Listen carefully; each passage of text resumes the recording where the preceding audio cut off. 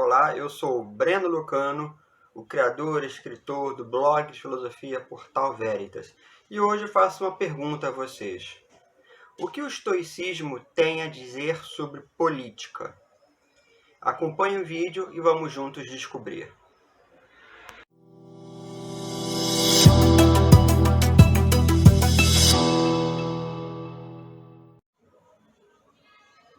Creio que para que nós possamos falar sobre política, seja necessário antes pensar sobre a visão que nós temos atualmente sobre política, ou seja, o que nós entendemos atualmente como sendo política, para que nós não levemos a nossa visão moderna para um mundo que era completamente diferente desse nosso atual. Ou seja, para que a nossa visão sobre política no estoicismo não seja corrompida.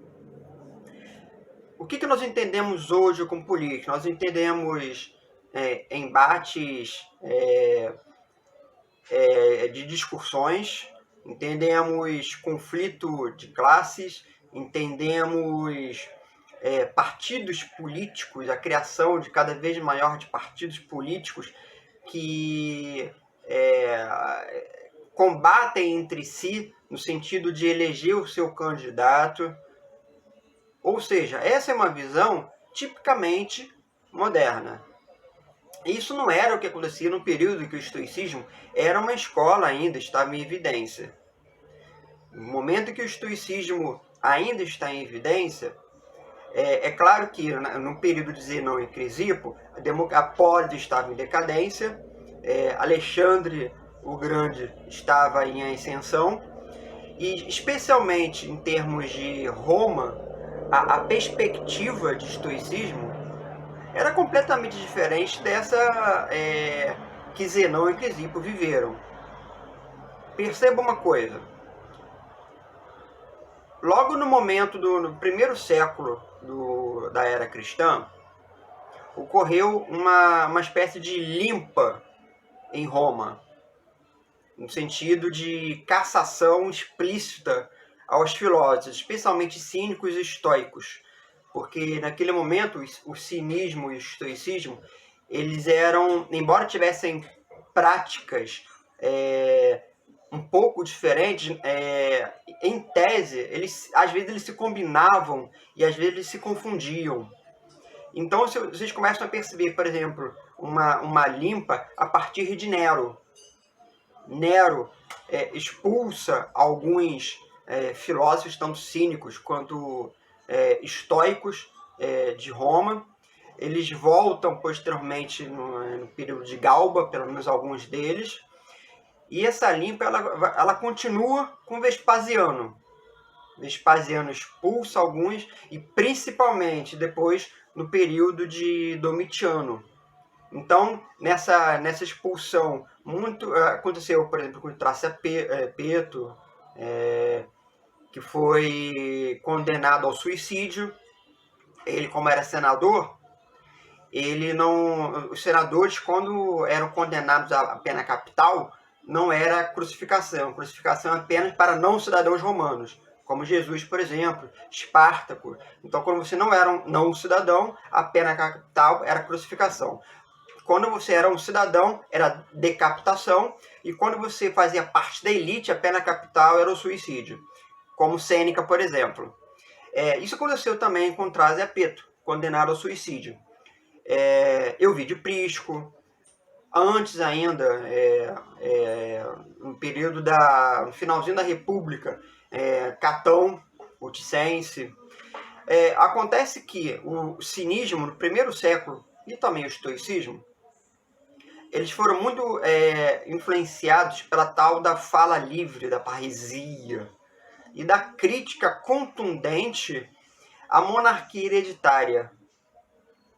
Muitos desses filósofos do período, eles não concordavam que o poder ele fosse exercido de uma forma hereditária, passado de pai para filho, alguma coisa que foi corrigido depois com os antoninos. Talvez isso explique porque não houve críticas contundentes no segundo século. Porque, na verdade, o que aconteceu com os antonídeos foi alguma coisa completamente diferente. Eles adotavam aquele que seria o ideal perfeito para assumir o principado, para que a partir daí esse cara adotado fosse educado para assumir o principado. Quer dizer, você não assumia porque você era filho consanguíneo, era uma coisa diferente. Pode ser então que a queda da recusa, a queda dessa contestação tenha acontecido por esse motivo. De qualquer forma, essa é uma abordagem mais histórica. Existe uma outra narrativa, e isso é muito legal que a gente se acostume com isso. Em filosofia nós temos sempre narrativas, não temos o que é certo e o que é errado. São pontos de vista diferentes. Uma outra perspectiva sobre política no estoicismo é a própria ideia que Zenão criou sobre Estado, quer dizer, sobre a república, né? A politeia, você pode traduzir como sendo república. República de Platão, república de Zenão, república de Aristóteles. A república de Zenão, ela é totalmente ahistórica, né? Você não tem precedentes disso na história e você não tem como trazer esse modelo de república, esse modelo de Estado, da tese para a teoria. O que fez com que alguns críticos do estoicismo acentuassem sua crítica. Como é que Zenão, posteriormente Crisipo, vão criar uma coisa que não pode ser executada? Essa é uma crítica que, inclusive, Plutarco faz. E é interessante, então, você perceber que, talvez, essa é uma tese de alguns estudiosos do estoicismo, como Raquel Gazola, no livro Ofício do Filósofo Estoico. Ela diz que talvez essa criação desse estado ideal seja muito má no sentido de fazer com que houvesse um discurso persuasivo, fazer com que as pessoas repensassem o estilo de polis que eles tinham, para que a partir daí eles pudessem ter a polis ideal como sendo um modelo. Essa é uma narrativa bastante plausível, inclusive. Eu acho que nós podemos então pensar a polis, pensar a república, né, pensar a política no estoicismo, especialmente nesses modelos. Pensar, por exemplo, na ideia, uma outra coisa que me vem à mente, por exemplo, quando a gente pensa em termos de política no estoicismo, é essa simpatia universal, né? Que é típica deles, dos estoicos. Tudo faz parte do todo, como já dizia Marco Aurélio.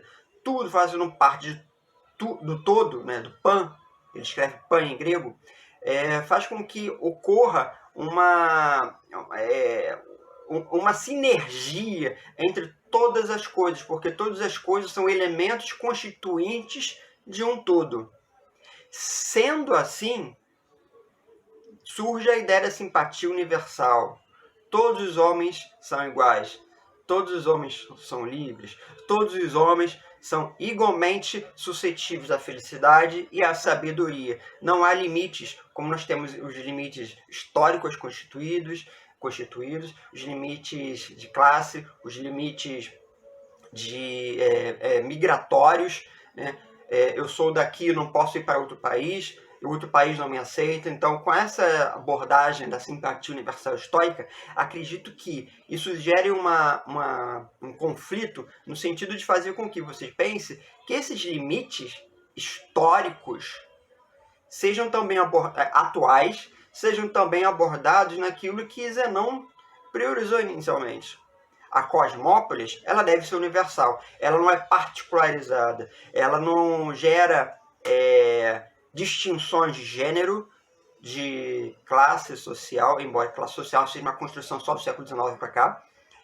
Não existia classe social antes. Não existia diferença de etnia, ou seja, todos os homens são iguais. É claro que, de uma certa forma, essa perspectiva, ela foi um pouco, no meu entender, ela foi um pouco endossada pelo capitalismo. Porque o capitalismo, não apenas enquanto prática econômica, mas enquanto prática de vida, ele faz com que todas as pessoas sejam iguais. E é necessário que todas as pessoas sejam iguais, sem limites, sejam cosmopolitas, para que o mercado possa fluir. Se o mercado não fluir, o capitalismo declina. E não é essa a proposta, não é essa a ideia que surge inicialmente. Né? O mercado ele tem que fluir. E para que o mercado flua, é necessário que exista uma língua comum, inglês, espanhol, por exemplo, que não existam diferença entre as pessoas, que não existam diferença entre os países, que não haja um embargo de um país para o outro. O mercado tem que ser livre. Então, de uma certa forma, pode ser que esse cosmopolitismo estoico tenha sido endossado pelo capitalismo moderno. Essa talvez seja uma interpretação e é uma narrativa.